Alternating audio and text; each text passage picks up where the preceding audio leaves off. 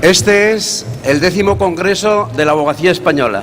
Tiene la palabra el excelentísimo señor don José Manuel Jareño Rodríguez Sánchez, decano del Ilustre Colegio de Abogados de Cádiz.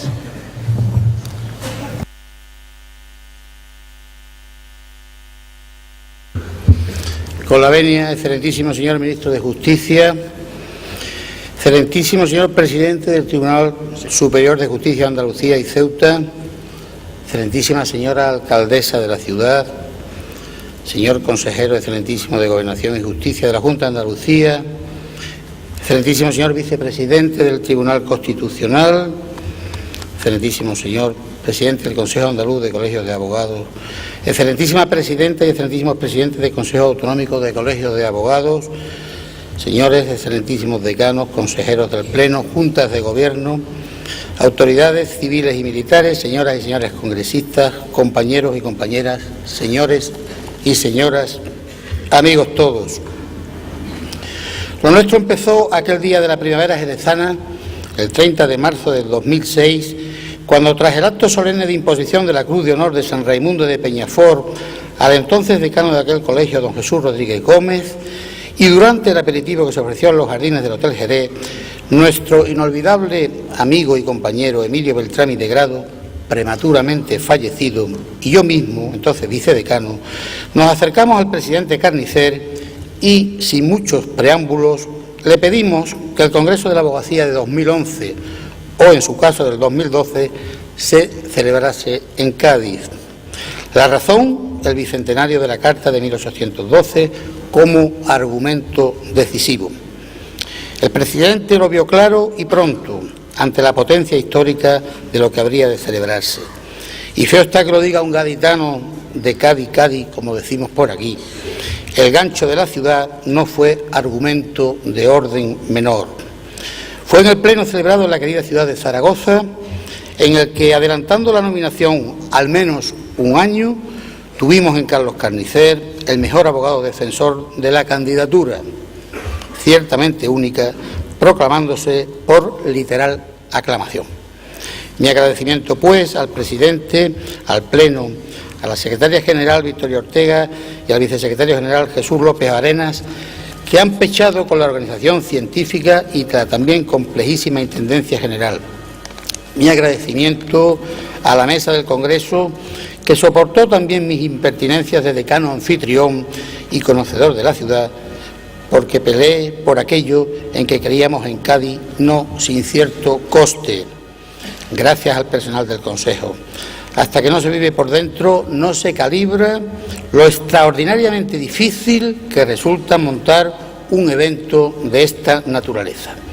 Y gracias a la excelentísima señora alcaldesa, doña Teófila Martínez Sáez, y a su eficaz teniente de alcaldesa, don Bruno García, que en momentos muy difíciles no dudó en tirar del Congreso para esta trimilenaria ciudad. Gracias igualmente al que fuera presidente de la excelentísima Diputación Provincial de Cádiz, el excelentísimo señor don Francisco González Cabañas, cuyo apoyo también tuvimos desde el principio hasta el final de su mandato, respetando el actual presidente, excelentísimo señor don José Loaiza, lo acordado en sus exactos términos. No puedo, pues, tampoco dejar fuera al personal del Patronato de Turismo de la Diputación, ni a los técnicos también de la Concejalía de Turismo del excelentísimo Ayuntamiento de Cádiz y a cuantos, en definitiva, han trabajado desde los distintos ámbitos y responsabilidades. Y debo decir ya que los abogados en las Cortes de Cádiz tuvimos una importante participación. Mi colegio se creó 22 años antes de 1812, por cierto, en 1790. Así, en las Cortes de Cádiz hubo un total de 305 diputados, de los cuales la mayor proporción correspondía al clero, aunque también tuvieron representación holgada los estamentos nobiliario y militar. Sin embargo, fue en lo que podríamos llamar el apartado correspondiente a las profesiones liberales y el funcionariado donde nos llama poderosamente la atención el amplio número de parlamentarios relacionados con el derecho. Así, aparecen 23 abogados en ejercicio, aunque también hay un considerable grupo de altos funcionarios relacionados con la carrera jurídica, la mayor parte de ellos abogados de los Reales Consejos, 13, abogados de las Reales Audiencias, 8, 4 magistrados y 6 oidores de chancillerías, aparte de los 6 catedráticos de Derecho. Es evidente que esa preparación jurídica tuvo su natural reflejo en sus intervenciones en las Cortes y en su participación en aquellas comisiones relacionadas con la justicia. En cuanto a las individualidades, hubo muchas y algunas de ellas muy notables, por lo que resulta difícil hacer una elección acertada. Con todo, señalaremos 3 figuras que sobresalen tanto por su actuación como diputados como por su alta preparación jurídica. Me refiero a Agustín de Argüelles, Ramón Lázaro Dou y José María Calatrava. El primero de ellos, Argüelles, diputado por Asturias, fue uno de los grandes artífices de la Constitución de 1812, cuyo prólogo fue obra suya. Gran orador, apodado el Divino, actuó en la mayor parte de los debates trascendentales y marcó las pautas del grupo liberal, no muy numeroso, pero bastante activo y convincente. El segundo, Ramón Lázaro Dou, diputado por Cataluña, era un clérigo conservador, catedrático de Derecho en la Universidad de Cervera, institución a la que dedicó la mayor parte de su vida y que fue, además, el primer presidente que tuvieron las Cortes, contando precisamente en Cádiz con una calle dedicada a su memoria. A ambos se refiere Pérez Galdós en sus episodios nacionales. El tercero, José María Calatrava, diputado por Extremadura, al sustituir al polémico obispo de Orense cuando se negó a aceptar la autoridad de las Cortes el mismo 24 de septiembre de 1810 en la Real Isla de León. Ejercía la abogacía en Badajoz y al inicio de la Guerra de la Independencia fue capitán de voluntarios de Extremadura. Destacado liberal, participó activamente en la Comisión Constitucional. Con la reacción absolutista de 1814 fue represaliado, aunque tras la muerte de Fernando VII y la vuelta al liberalismo hizo una gran carrera política y jurídica.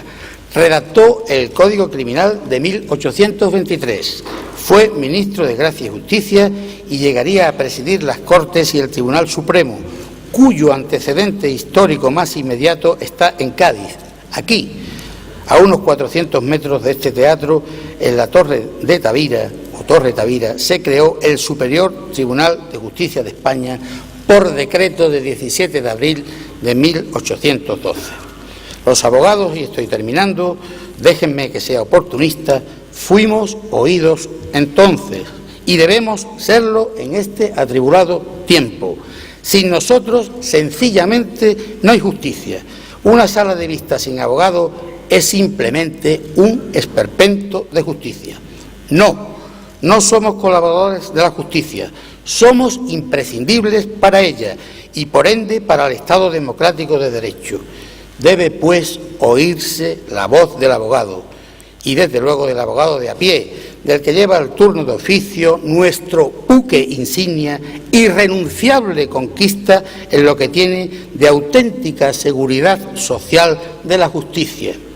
Y estamos orgullosos los abogados de trabajar por y para con los más necesitados, los más débiles de la sociedad, los menores, las mujeres maltratadas, los inmigrantes, la orientación jurídica a los privados de libertad, en el ámbito de lo social, lo matrimonial, el asesoramiento de nuestros mayores y, en definitiva, señoras y señores, la defensa de los derechos humanos, estandarte de nuestros despachos. Los abogados como artífices del consenso, del acuerdo, de lo racional sobre la barbarie y la regresión, artífices indispensables de la paz social. En fin, estamos desde Cicerón por lo menos y hemos llegado hasta aquí, hasta la sociedad informática. Se puede tener cuerdamente la más leve tentación de prescindir de los abogados. Acabo. Os doy a todas y a todos la más cordial bienvenida en nombre de la Junta de Gobierno del Ilustre Colegio de Abogados de Cádiz y en el mío propio, con un recuerdo para los compañeros y compañeras que ya no están con nosotros, la reafirmación de que el derecho de defensa que ellas y ellos ejercieron con toda dedicación y dignidad es exclusivo y excluyente de la abogacía. Señoras y señores congresistas, Señoras y señores acompañantes, amigas y amigos todos, feliz estancia en Cádiz, feliz congreso y hasta siempre.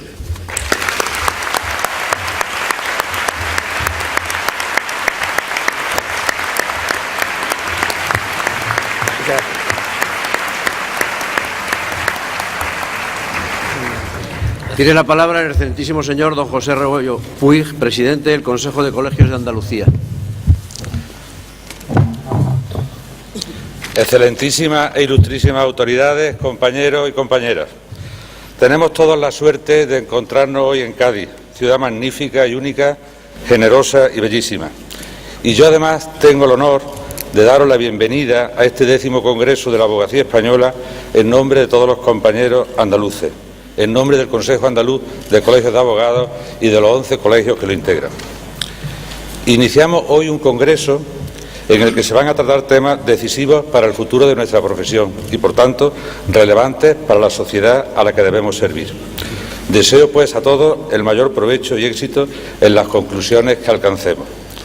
Pero también deseo que celebremos así el segundo centenario de la Constitución de Cádiz, sacando partido a las enormes posibilidades que ofrece esta tierra del sur que hoy os acoge.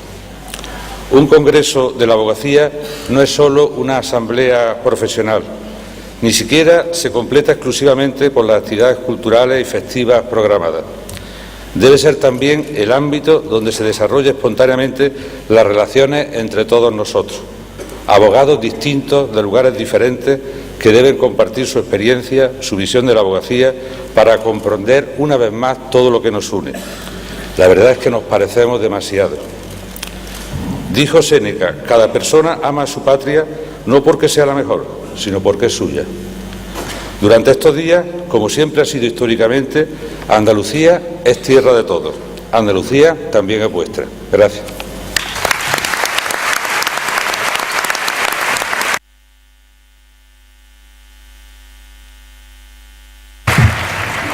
Tiene ahora la palabra el excelentísimo señor don Eugenio Gay Montalvo, vicepresidente del Tribunal Constitucional. Excelentísimo señor presidente del Consejo General de la Abogacía Española y muy querido amigo, excelentísimas y excelentísimos señores decanos de España, excelentísimas e ilustrísimas autoridades, compañeras, si me lo permitís, compañeros, señoras, señores, amigos todos. Representa para mí un gran honor agradecer en nombre del Tribunal Constitucional, que así me lo ha rogado, la amabilísima invitación que el Consejo General de la Abogacía ha tenido para con esta alta institución, invitándola a participar en los actos del 10º Congreso Nacional de la Abogacía. Especialmente para mí, que tuve el enorme privilegio, en alguna otra ocasión anterior, de presidir un congreso como este. Felicitar inmediatamente a los organizadores por la organización de este nuevo congreso, que sigue en esa dinámica que se supo en su momento impulsar, de que los abogados debíamos discutir, debatir sobre los temas que nos afectan y sobre los temas de la justicia en forma periódica.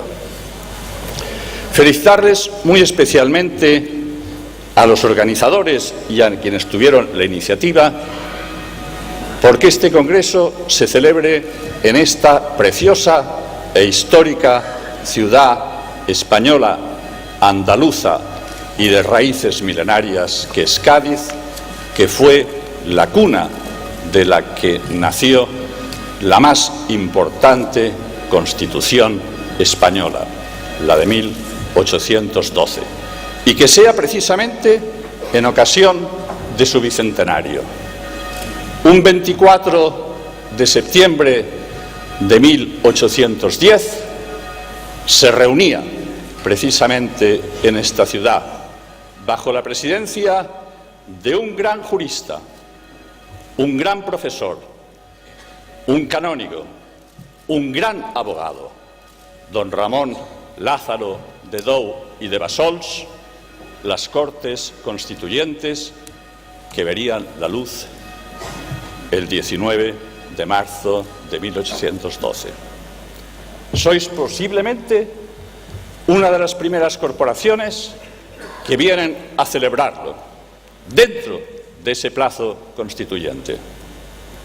También otras instituciones, a principios de noviembre, será la Asociación de Letrados y Exletrados del Tribunal Constitucional. El día 19 de noviembre, día 19 de marzo, el propio Tribunal Constitucional, para memorar una efeméride tan importante para nosotros. Decía nuestro decano que la participación de los abogados fue importantísima. No podía ser de otra forma.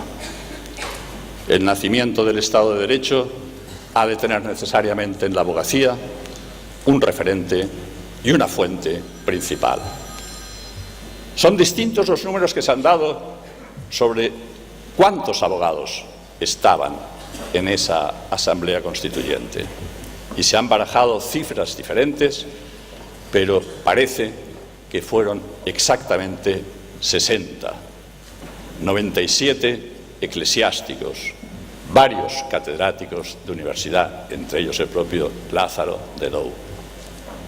La abogacía ha estado siempre, y lo he oído en muchísimos colegios de abogados por boca de sus decanos, al lado de sus conciudadanos, al lado de su pueblo, para defender los derechos precisamente de estos ciudadanos y reivindicarlos en la justicia.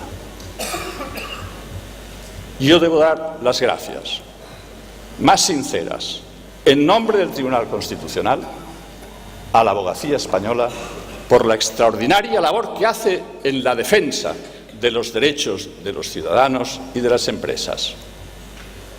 Algo que salta nuestras fronteras y que es conocido en todas partes y de manera muy particular en Europa, como la abogacía española está no solamente presente, sino que es motor de este verdadero cambio que ha representado la Constitución felizmente reinante.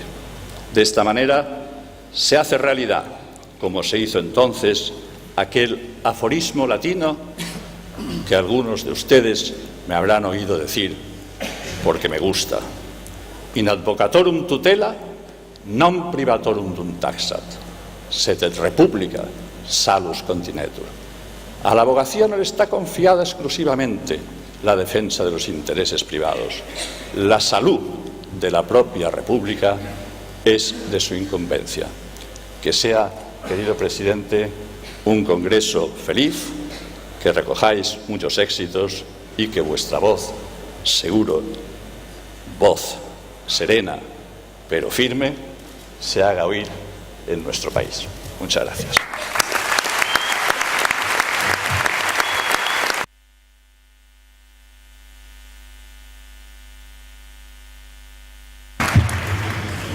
Tiene ahora la palabra el excelentísimo señor don Lorenzo del Río Fernández, presidente del Tribunal Superior de Justicia de Andalucía.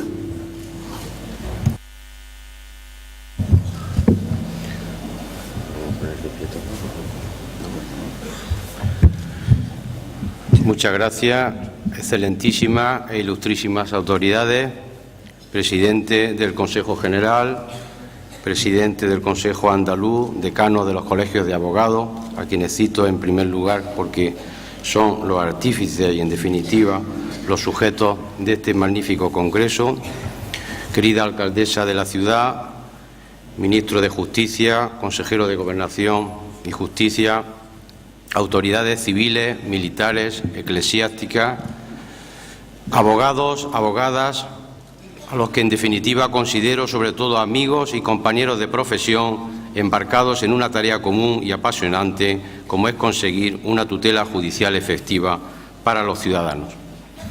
Inauguramos hoy el 10º Congreso Nacional de la Abogacía Española bajo el lema «Una Constitución para los ciudadanos» y en Cádiz, como no podía ser de otro modo, próxima la conmemoración del bicentenario de la Constitución de 1812, primer texto constitucional con el que contó España y que podía y debía haber sido la más antigua de Europa todavía en vigor.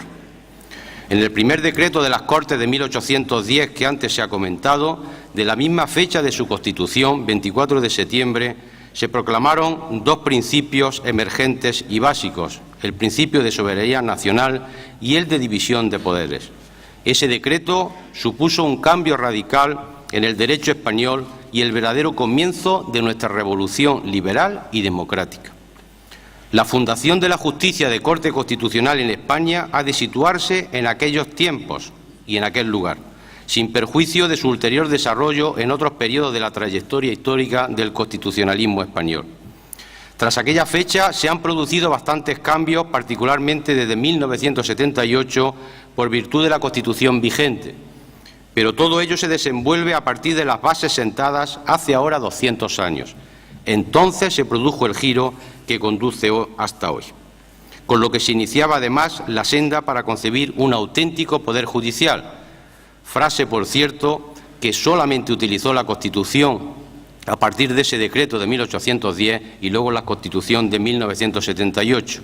Antes se hablaba de Administración de Justicia y en esas dos constituciones, en la actual, se emplea un término que no es superfluo, como decía Azaña en su discurso de las Cortes en 1932. Hay un gran trecho, decía, entre hablar de Administración de Justicia y de Poder Judicial.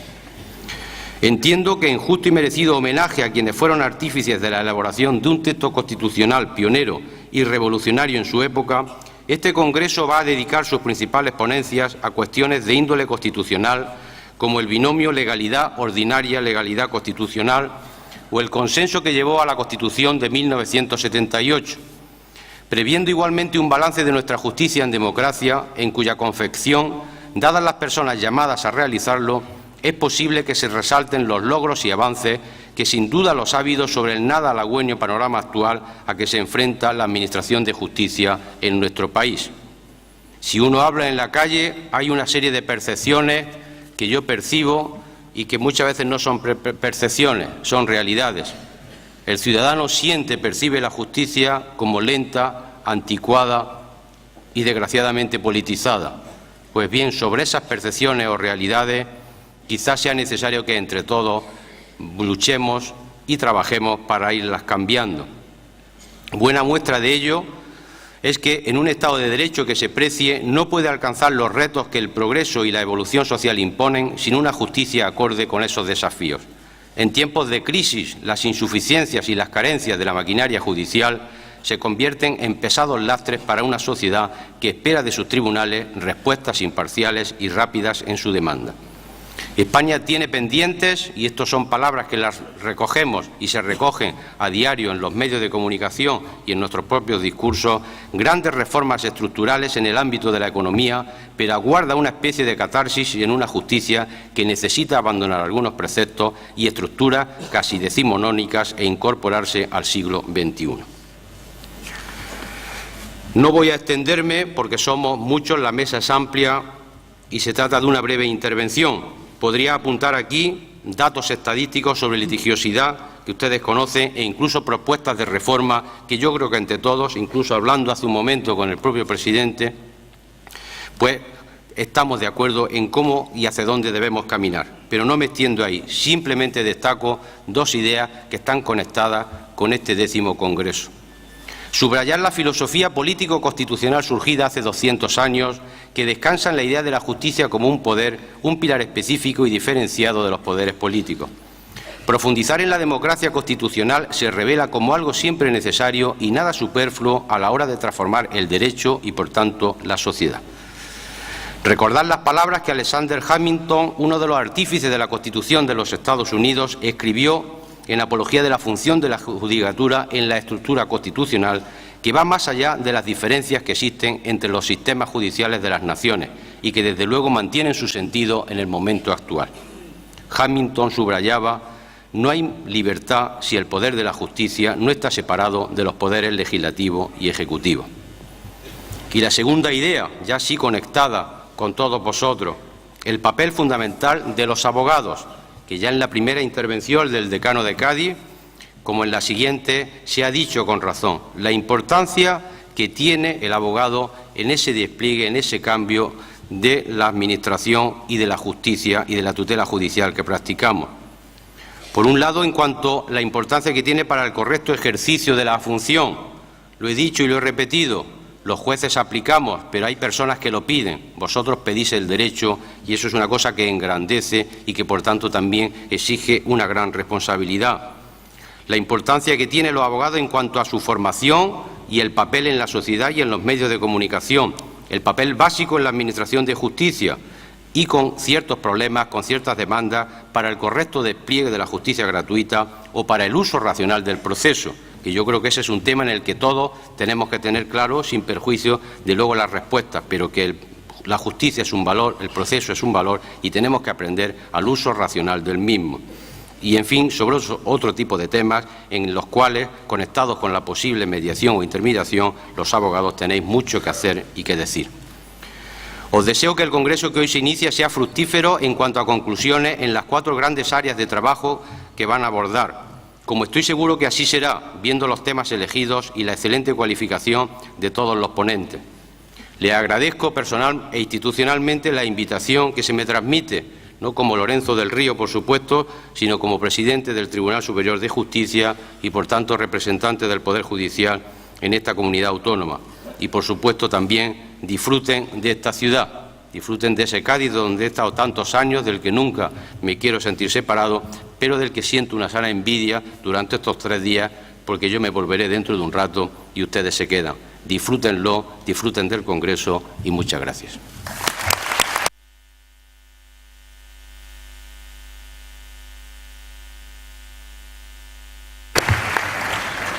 Tiene ahora la palabra el excelentísimo señor don Francisco Menacho Villalba, consejero de Gobernación y Justicia de la Junta de Andalucía.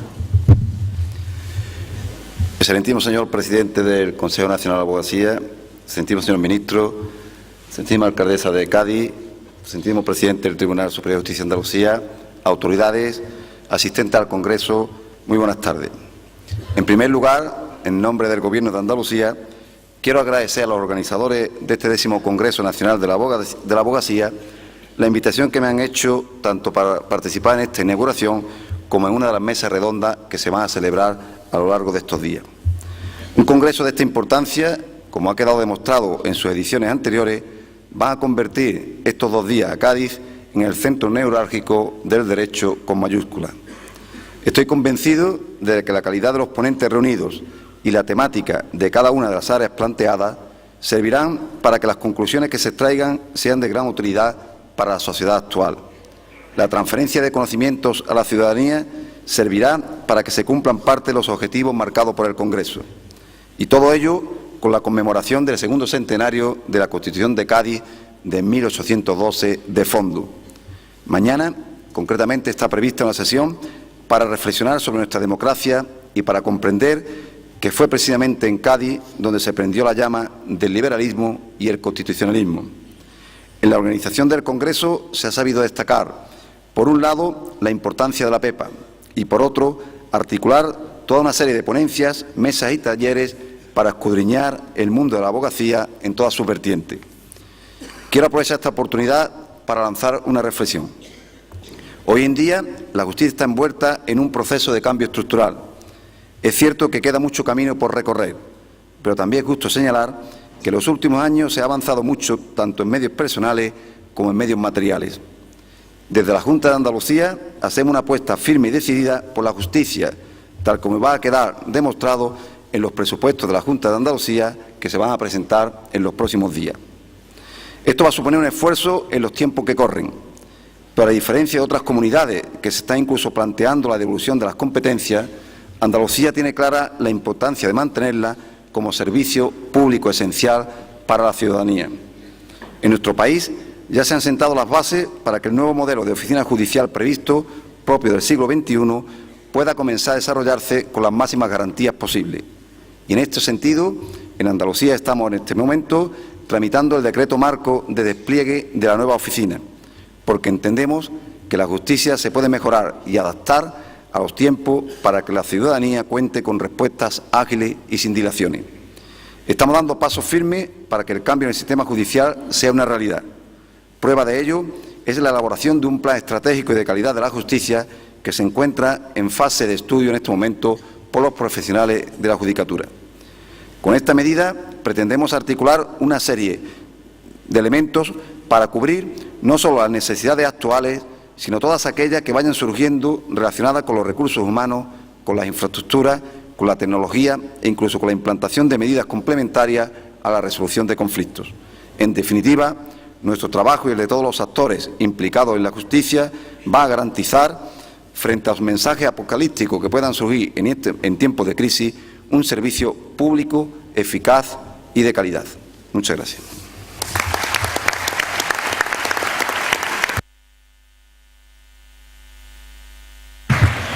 Tiene ahora la palabra la excelentísima señora doña Teófila Martínez Saiz, alcaldesa de Cádiz.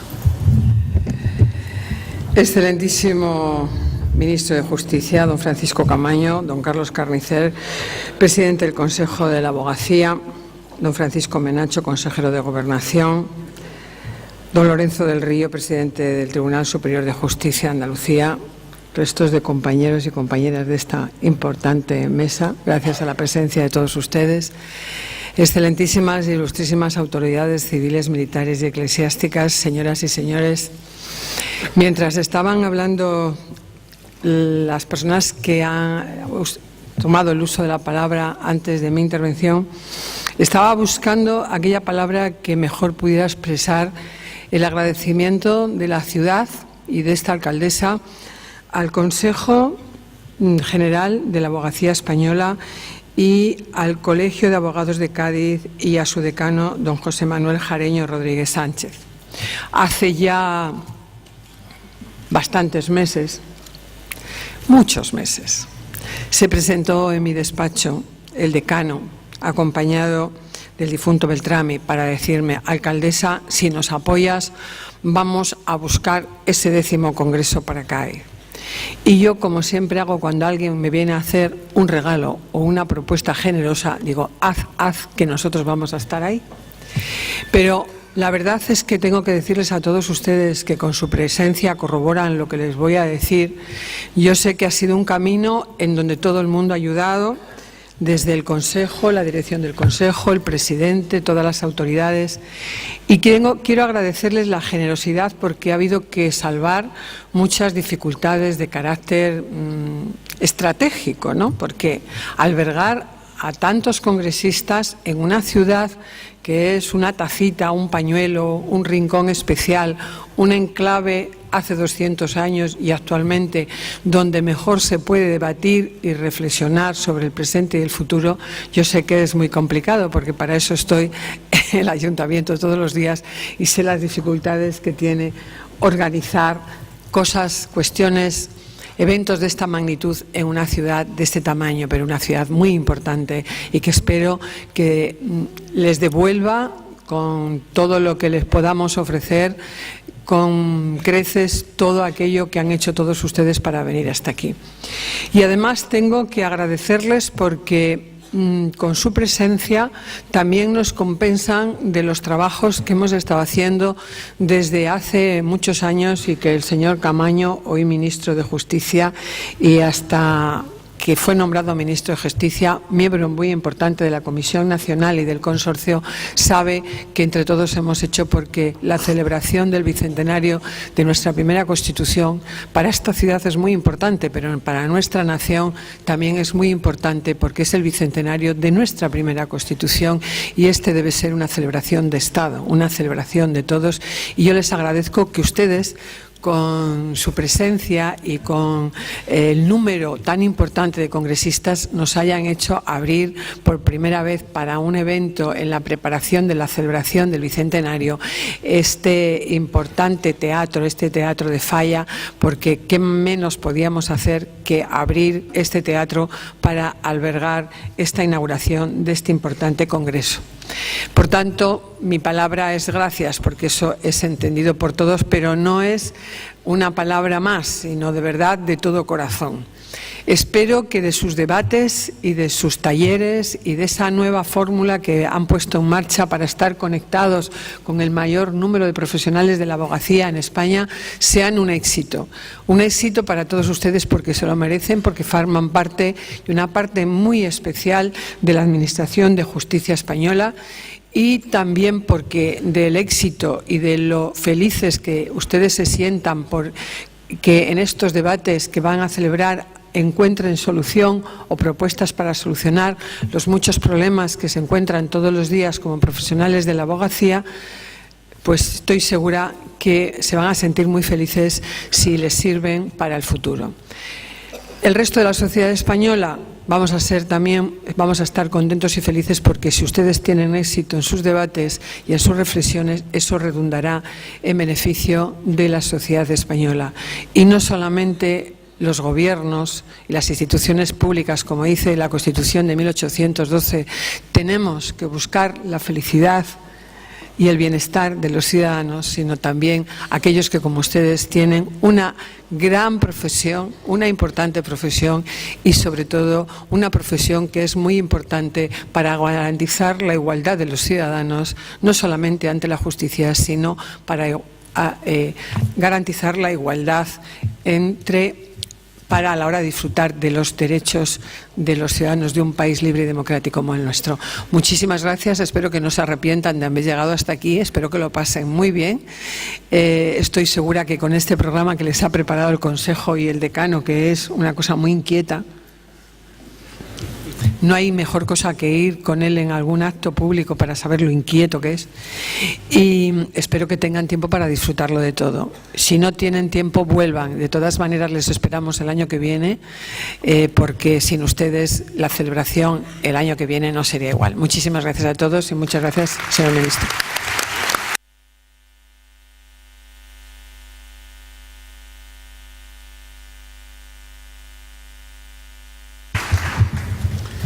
Excelentísimo señor ministro, excelentísima señora alcaldesa, excelentísimas e ilustrísimas autoridades, personalidades. En primer lugar, y en el capítulo de agradecimientos, habrá que hacerlo al rey de España, por haber aceptado la presidencia de honor de este 10º Congreso. Pero un agradecimiento especial a todos los componentes de la mesa, a todas las autoridades andaluzas y del resto de España que han propiciado la celebración de este Congreso. Especialmente a los ponentes y a los congresistas, claro está, sin los cuales no sería posible la celebración de la debida forma de este Congreso. Y quiero, por último, agradecer en el capítulo de agradecimientos a los que han patrocinado y han subvencionado todo o parte de alguna de las actividades que van a desarrollarse. Se inicia aquí y ahora el 10º Congreso de la Abogacía Española. El primero se celebró en San Sebastián en el año 1917, es decir, hace ya casi un siglo. Cabría pensar que la abogacía de 1917 y aquellos 395 abogados asistentes al primer Congreso nada tenían que ver con los más de los 1.200 inscritos en este 10º Congreso. Pero sería un profundo error. Ciertamente han pasado, no hace tanto, los sellos de bastanteos, las habilitaciones, las venias, pero quedan verdaderas conquistas por concluir, algunas ya reclamadas entonces, como el acceso a la profesión, cuya ley y reglamento entrarán en vigor el próximo lunes, o como la indispensable regulación del derecho de defensa, ministro, que a medio plazo mejorarán sensiblemente la calidad y la eficacia de la justicia. Pero hemos venido a Cádiz, sobre todo, porque ahora se conmemoran los 200 años de acontecimientos extraordinarios en esta preciosa ciudad, de entre los que destaca, claro está, la primera Constitución española, la castiza y cariñosamente denominada Pepa. Pero al margen de la obra maestra que fue la Constitución de Cádiz, hemos venido en 2011, sobre todo, para conmemorar y admirar el trabajo de aquellos 300 diputados, una quinta parte de los cuales, como se ha dicho, eran abogados. Casi nunca los grandes avances de la civilización mediante el derecho se producen en momentos de prosperidad y bienestar. La Declaración de Derechos del Buen Pueblo de Virginia de 1776, la Declaración de los Derechos del Hombre y del Ciudadano de 1789 o la Declaración de Derechos Humanos de 1948 se produjeron durante y tras durísimos momentos históricos de terror, dolor y también muerte. La Constitución de Cádiz se elaboró también en una ciudad asediada por los franceses y en estado de guerra.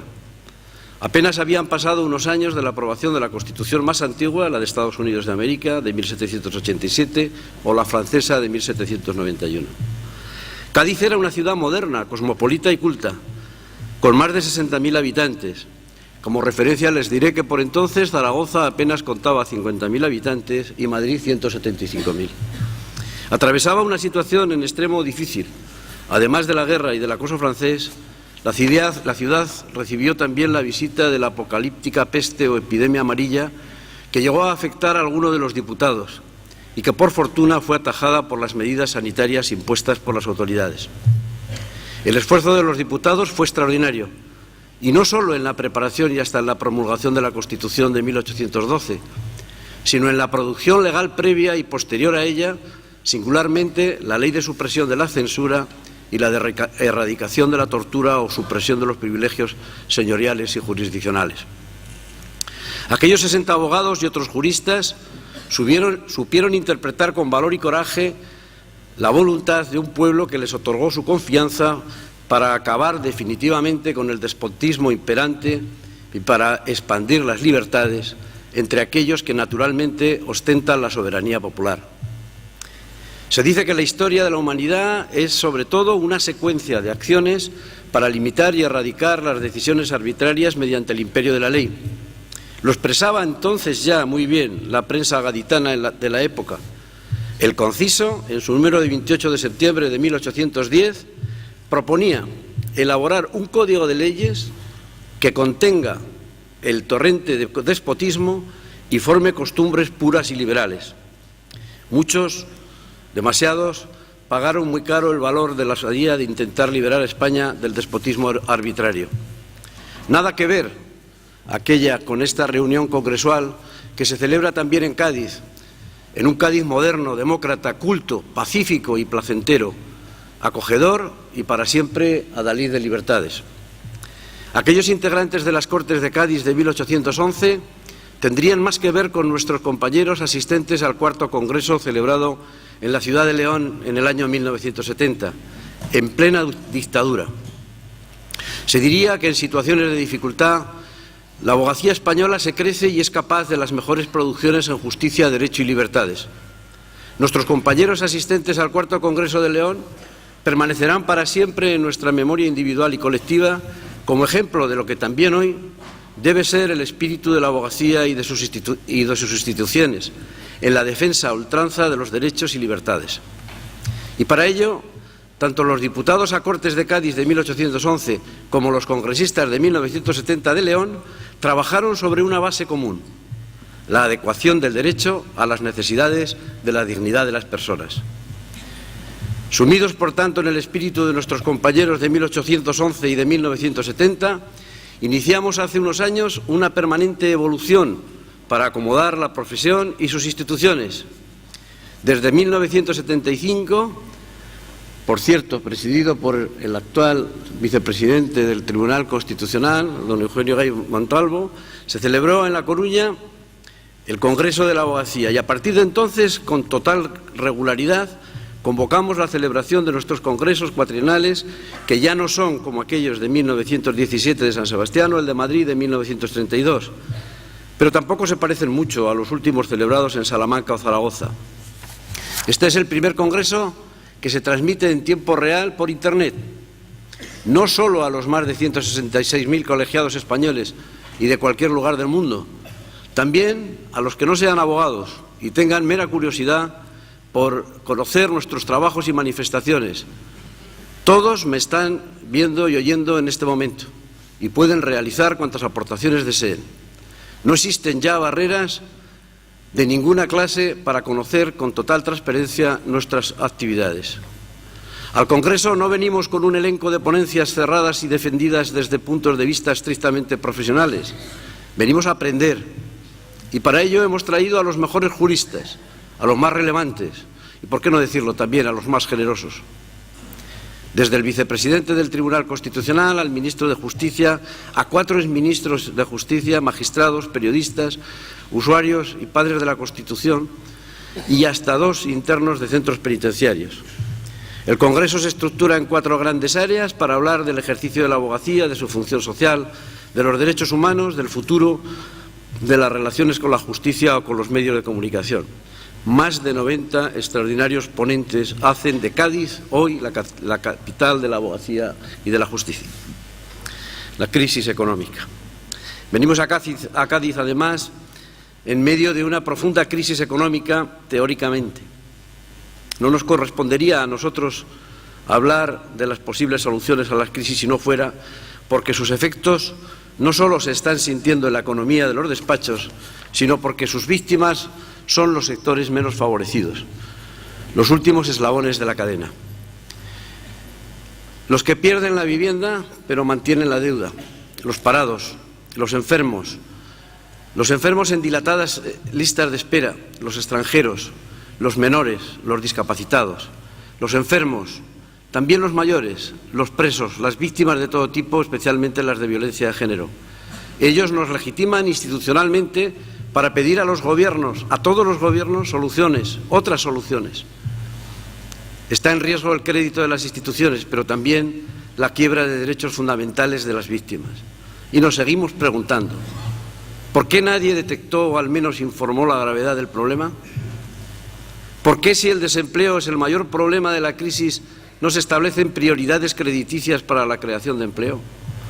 ¿Por qué no se dispensa a los ciudadanos con problemas económicos el trato que se dispensa a bancos y financieras? ¿Por qué no nos dicen de una vez hasta qué agujero del cinturón debemos apretarlo para salir de esta crisis? ¿Por qué no se hacen públicas de una vez las identidades de quienes se esconden en los denominados mercados? ¿Por qué hasta el momento unos pocos obtienen beneficios obscenos a costa de otros que carecen de casi todo? ¿Por qué se permite que directivos que han gestionado mal reciban compensaciones, sí, compensaciones millonarias por su mala gestión? Verdad y coraje demandamos a los políticos que nos gobiernan y nos han de gobernar, que no permitan los abusos y que repartan las cargas con justicia. Esta crisis que nos atenaza ya desde hace 4 años ha arruinado la vida de millones de personas y amenaza poner en peligro el estado del bienestar. Pero no pueden poner en mayor riesgo el estado de la justicia. La conquista del denominado bienestar merece un gran esfuerzo para que llegue a todo el mundo y eso solo será posible en un estado de justicia. El estado social y de derecho es responsable de la igualdad y esta es tributaria de la justicia. Los excluidos no son solo los reconocidos y los colectivamente afectados, sino todos aquellos que no pueden acceder al ejercicio de sus derechos por carecer de medios para asesorarse o litigar. Las conquistas sociales no son ya privilegios sino derechos. Como acaba de decir el expresidente de Brasil, Lula da Silva, los políticos deben pensar más en las próximas generaciones que en las próximas elecciones. Y la política. Este es un momento de crisis y no solo de económica. El Estado de Derecho se resiente a veces de violaciones de derechos fundamentales y de sus garantías, como la intervención de las comunicaciones entre abogado y cliente, pero también estructuralmente. La separación de poderes está perdiendo vigencia y al ciudadano apenas le cabe más derecho que depositar su voto cada 4 años. Hoy, cuando los políticos descalifican otras opciones, deben tener en cuenta que descalifican también a las masas de votantes que los designaron libremente. El primero de nuestros llamamientos sería a los que tienen responsabilidad política para que no fomenten el enfrentamiento, para que no aireen acusaciones desmedidas, para que no impongan restricciones a las restantes opciones políticas. Los ciudadanos entienden bien algún exceso en periodos electorales, pero aborrecen la permanente obstrucción vestida de oposición y, por descontado, la descalificación permanente del contrario. La justicia. ¿Qué diría yo de la justicia? Que no enoje a mis queridos jueces y magistrados. Pero me resulta muy difícil dulcificar lo profundamente amargo del problema y me es imposible callar. Del gobierno de los jueces ya se ha dicho bastante Y eso que he de reconocer que el actual Consejo General del Poder Judicial ha sido, con el Consejo General de la Abogacía Española, bastante más generoso y muy flexible. Claro que hay cosas buenas en la justicia española. Nadie discute la preparación, honradez, dedicación y hasta la austeridad de nuestros jueces. Pero echamos en falta mayor activismo y compromiso, más autocrítica y crítica. Continuaremos respaldando incondicionalmente a los jueces y a sus órganos de gobierno en la tarea de defender su competencia, imparcialidad e independencia. Pero con absoluta lealtad les diremos en cada momento lo que pensamos y, lo que es más importante, lo que opinan los ciudadanos de su trabajo y comportamiento. Buenas prácticas, ministro. Muchas gracias por la mención honorífica concedida a la abogacía hace poco. Estamos siempre dispuestos a mejorar conjuntamente con jueces, fiscales y secretarios, a hacer la Administración de Justicia más accesible con un lenguaje inteligible, a continuar demandando mayores recursos económicos en justicia. Es cierto que se viene haciendo un gran esfuerzo económico, proporcionalmente el mayor de la historia, pero hay que recordar que durante décadas la Administración de Justicia quedó desenganchada de los procesos modernizadores del Estado, quedó en vía muerta, ajena al ritmo del cambio político y social. Se ha parcheado muchísimas veces su estructura, pero el sistema para la administración de la justicia no consigue coger el paso de la sociedad a la que sirve. Y leyes tan vitales para impartir justicia como la de enjuiciamiento criminal o el Código Civil, pensadas para la sociedad del siglo XIX, siguen vigentes en el pleno siglo XXI. En definitiva, el servicio público de la justicia no ha funcionado ni a satisfacción de sus destinatarios, los ciudadanos, ni de los profesionales que en ella actuamos. Es un clamor social afrontar de una vez por todas las reformas radicales en nuestra Administración de Justicia para racionalizar los marcos de actuación institucional, acabar con la descoordinación competencial y el caos informático y ganar eficiencia, sobre todo en aquellos asuntos que más preocupan y afectan a los ciudadanos de a pie. Conseguir que la justicia funcione adecuadamente de forma ágil, fundada, previsible y neutral es hoy más que nunca necesidad del Estado de Derecho y factor imprescindible en el desarrollo económico, necesitado más que nunca de seguridad jurídica. Tendríamos que desechar para siempre el viejo tópico de que existe interés en que la justicia no funcione. Derribar esos tópicos es tarea de todos, de los políticos que miran más al relumbrar en el corto plazo que a la callada realización de los valores democráticos, de los responsables de la justicia, jueces, fiscales y abogados especialmente, pero también procuradores, secretarios, peritos, funcionarios de la justicia en general, graduados sociales y funcionarios al servicio de la justicia. Entre todos hay que regenerar la justicia en España con imaginación, utilizando y aun depurando las nuevas tecnologías que facilitan la eficiencia, la eficacia, la transparencia y la objetividad. Pedimos a los partidos políticos que en sus programas electorales otorguen a la justicia el lugar que ésta merece. Reclamamos que cese la colonización partidista de las instituciones de la Administración de Justicia. Reivindicamos la presencia activa de la abogacía en todo lo que afecta a la reforma de la justicia. En los últimos años he venido reivindicando una y otra vez un pacto de Estado para la justicia.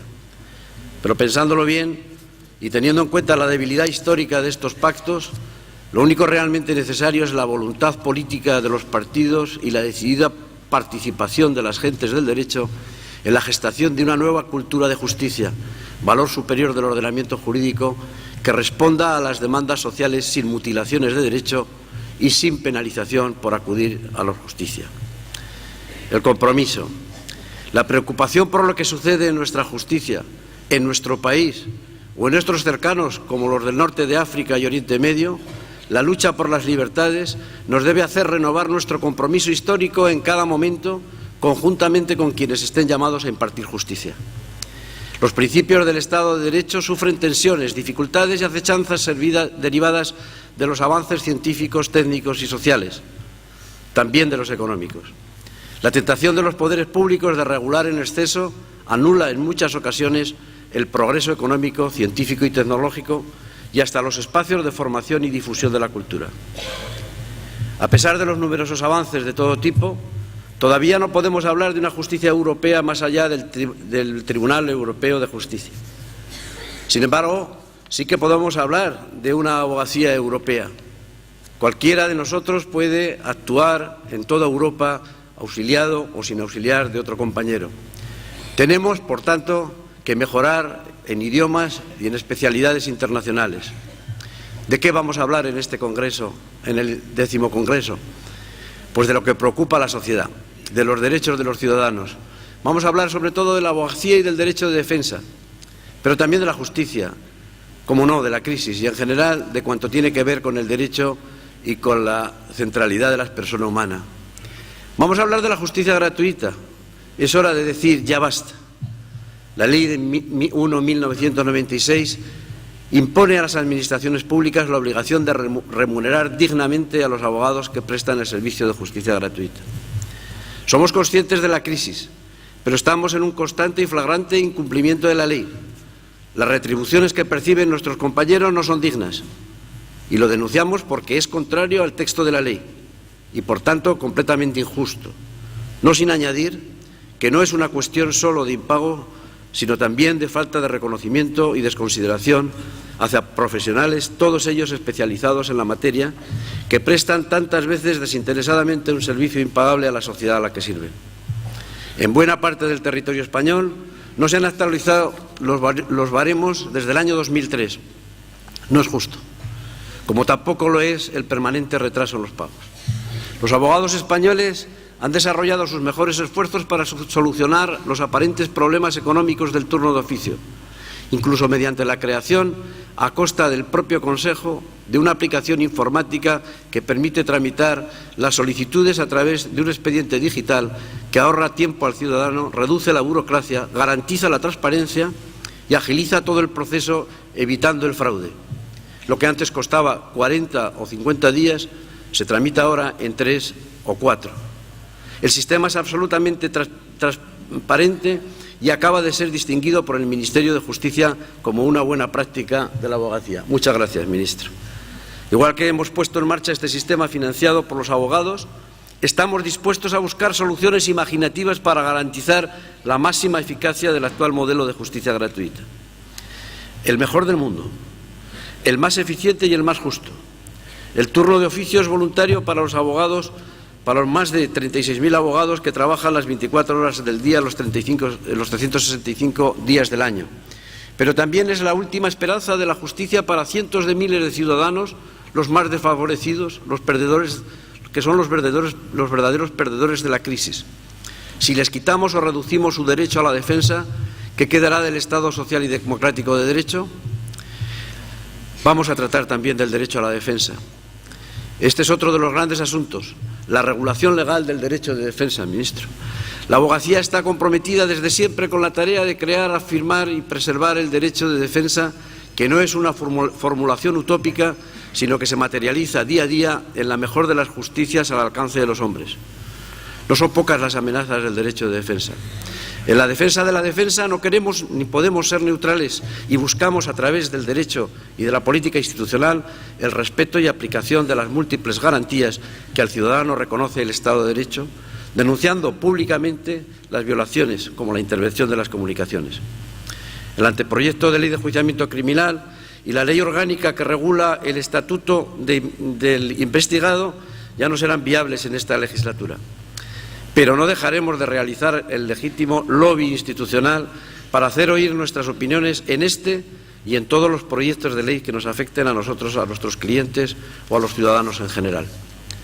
Desde este magnífico Cádiz de 2011, la abogacía española organiza un congreso para aprender de los que más saben y lanzar al mundo sus mensajes de democracia, libertad, en paz y justicia, con voluntad de seguir realizando el derecho siempre incompleto, enterrando para siempre los regímenes e imposiciones autoritarias. También vamos a hablar de política, especialmente de la política que afecta o cercena derechos y libertades de las personas, denunciando situaciones que debilitan los derechos y la convivencia democrática. Y por fin un canto a la esperanza. Queremos que este Congreso sea también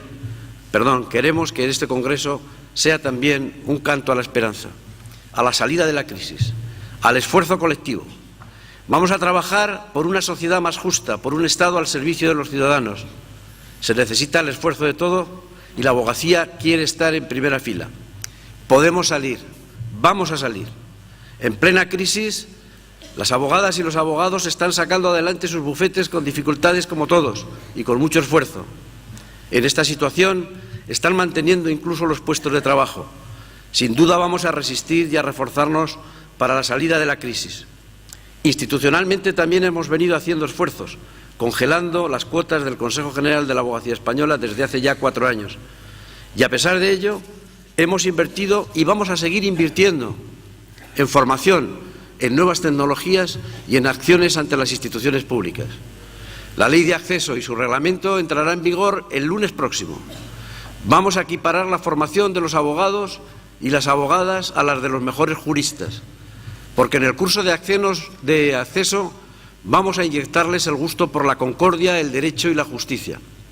Los estudiantes de hoy serán los mejores abogados de mañana y garantizaremos así a la ciudadanía una defensa de la máxima calidad que a su vez propiciará la mejor administración de justicia. Con el coraje de aquellos compañeros que hace 200 años se encerraron primero en la isla de León y luego en Cádiz.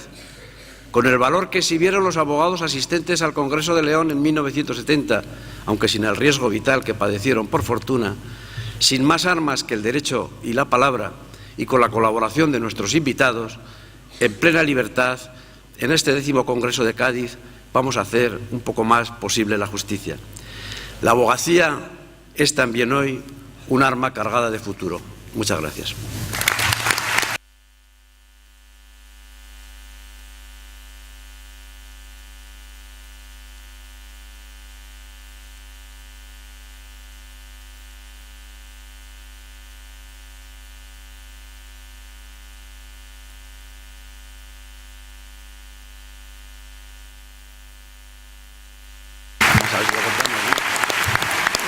Tiene la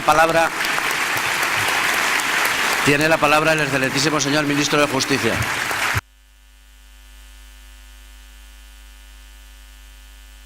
Presidente, autoridades de la Junta de Andalucía, autoridades judiciales, alcaldesa, abogadas, abogados, señoras y señores. La primera vez después de haber llevado algunos pleitos que me puse la toga para actuar como abogado demandante ante la entonces Audiencia Territorial de La Coruña, hace ya muchos años, quizá yo era demasiado joven, y ver el rito del proceso, pensé que los abogados tenían algo de actores. Me pareció que había algo de actor en aquella representación. Y en efecto, los buenos actores son capaces de interpretar a otros, son capaces de ponerse en el papel de otro, de mimetizar su carácter, de mimetizar su manera de ser, sus gestos, su forma. Pero con permiso de los actores e incluso de este teatro, diré que acaso ser abogado es un poco más difícil. Porque el abogado no sustituye interpretando a otro, sino que se coloca en la situación de otro e interpreta esa situación para explicársela. Y esto es una operación bastante más compleja. Es una operación que exige conocimiento, el análisis de esa situación, la capacidad de estudiarla, de proyectarla sobre el proceso, la capacidad de ver los intereses de aquel para el que se está trabajando. Necesita una profunda convicción ética, porque se sabe que aquel, el cliente, para el que se está estudiando ese asunto, ha dejado su hacienda, su libertad, en las manos de quien lo va a defender en un proceso. Y se necesita, además, una profunda responsabilidad con esa persona, con una profesión tan antigua como la sociedad y a la vez con la sociedad misma. Todo eso, y no es poco, es ser abogado. Lo ha sido desde que esa profesión existe y lo sigue siendo. Pero hay más, porque la sociedad cambia, el conocimiento cambia y, por tanto, la tarea del abogado también cambia. Nos movemos en ordenamientos jurídicos sumamente complejos. La España autonómica es solo una parte de la Europa jurídica en la que nos tenemos a menudo que mover. Los negocios jurídicos se proyectan en una sociedad global que ya no sabe de fronteras Y eso exige nuevos esfuerzos en el conocimiento, pero también nuevos esfuerzos en la organización, en la formación, en la especialización. Requiere adelantarse a ese futuro que ya es siempre presente. Por tanto, ética, conocimiento y compromiso. 3 pilares importantísimos. Y aquí, muy cerca de esta ciudad, en estos mares, dicen que Hércules estableció sus 2 grandes columnas, separando 2 continentes. Pero si mal no he contado los fundamentos del abogado, a lo poco son 3. Y esa es mucha tarea para una persona sola. Por eso la defensa de la abogacía institucional, o a través de la abogacía institucional, mejor dicho, de esta profesión, es algo tan importante para todos. Para los abogados, pero sobre todo para los hombres y mujeres de un país, para los ciudadanos que acuden a esos abogados. Y ahí es donde cada día tenemos que hacer un esfuerzo añadido. Todos. Los primeros, los responsables públicos, que ese es nuestro cometido. Pero también quienes, a través de las instituciones colegiales, y me consta que lo hacen día a día y en cada momento, son capaces de transmitirnos las necesidades y la realidad de una profesión que no puede estar más en contacto con las personas como lo es la abogacía. Y es cierto que pisando juzgados, pisando tribunales, notarías, registros, dependencias privadas y públicas en Cádiz, en Madrid, en Estrasburgo, uno adquiere experiencia. Incluso con el paso de los años, uno adquiere muchos amigos, que es otra de los grandes aspectos de quienes ejercen la abogacía. Pero es fundamental esa representación institucional de los abogados para fijarnos objetivos, defenderlos desde la unidad, priorizar apuestas de futuro y buscarle solución a las mismas. La abogacía institucional en España así lo ha hecho. Y como ministro de Justicia, en este caso como notario mayor del reino, puedo dar fe de todo hecho. Y siempre que lo ha hecho, ha planteado propuestas razonables, sensatas, asumibles. Y siempre ha estado dispuesta al diálogo, al entendimiento, a la comprensión. Lo hemos hecho y tales han sido la razonabilidad de esas demandas que el Gobierno ha atendido a muchas de ellas, al menos a algunas de ellas, dentro de sus posibilidades. Estoy pensando en la ley que antes se mencionaba de acceso a la abogacía, en efecto, una ley fundamental, porque ser abogado no es ser jurista, es algo más, es algo distinto, es algo específico que requiere habilidades propias, conocimientos también propios, y esta ley nos lo va a permitir. Y quiero agradecer también a la Universidad Española, a los procuradores y a los abogados el esfuerzo que juntos, sentados en una mesa, durante no poco tiempo hemos tenido que hacer para conseguir un desarrollo reglamentario de una ley que era una ley anterior a Bolonia, no pensada, por tanto, para una nueva etapa en la organización del conocimiento en la universidad, y sin embargo entre todos fuimos capaces de encontrar una solución. Como una demanda más que razonable, y en la que me acuerdo porque lo vivía en mi propia casa, era que los abogados españoles formasen parte de verdad de la seguridad social. Y no tener que estar, recuerdo la alegría de mi padre el día que el Colegio de Abogados de La Coruña firmó un convenio con la Seguridad Social y por fin en casa podíamos tener lo que otros profesionales ya tenían. Y también hemos regulado la relación entre el abogado, que es una relación laboral muy especial, y los colegios y los despachos profesionales colegiados. Esa especial relación que se produce era necesario y lo hemos hecho.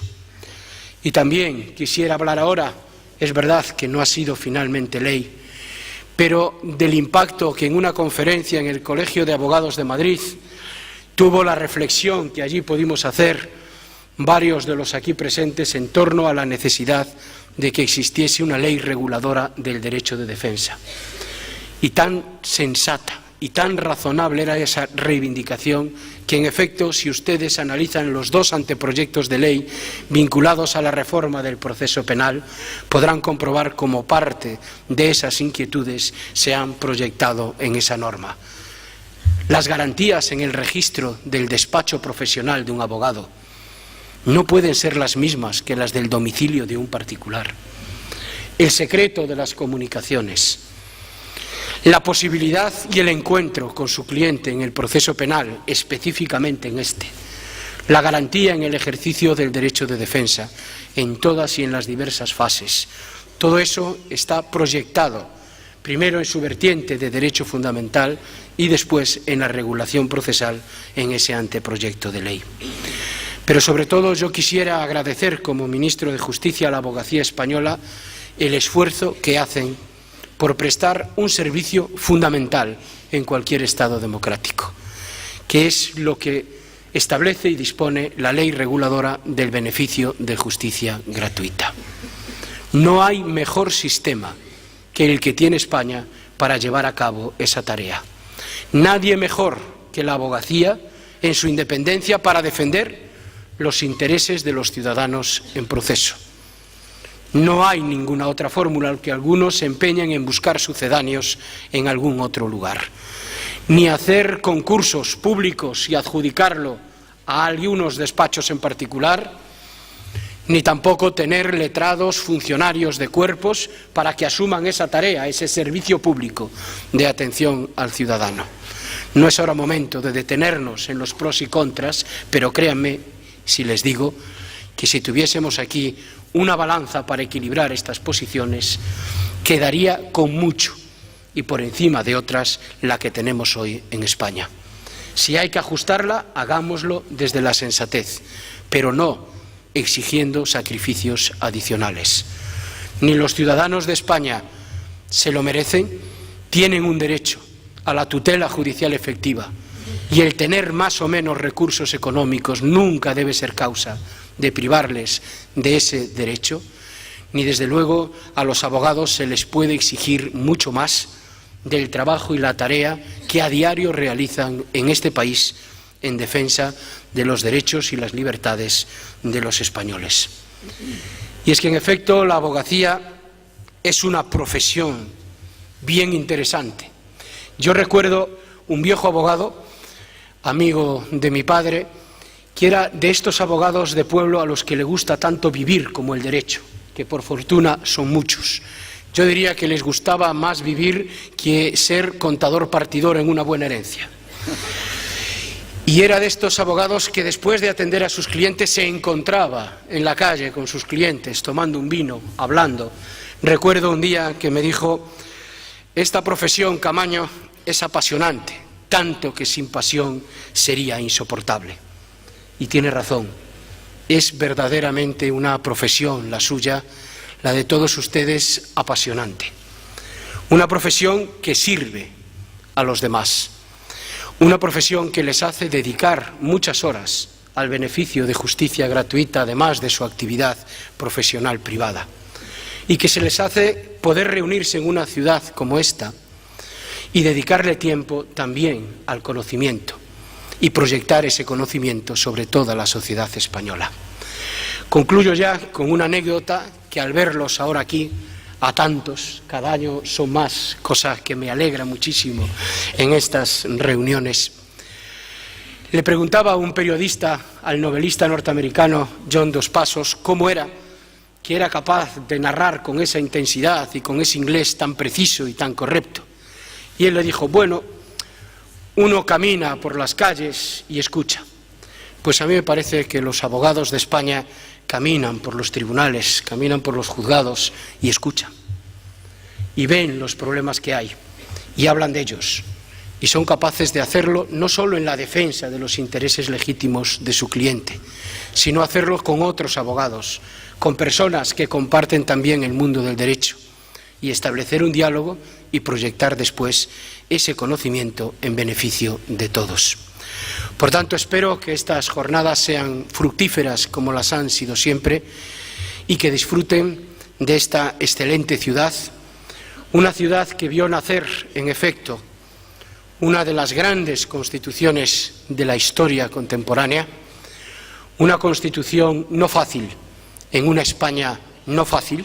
Si ahora hay crisis, aquello sí que era crisis.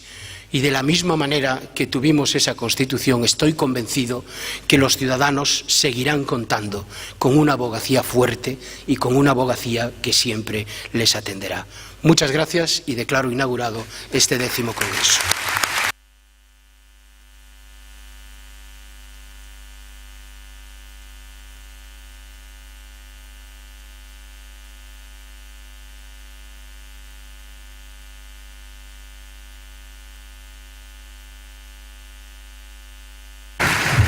Escucharemos ahora el himno de Andalucía.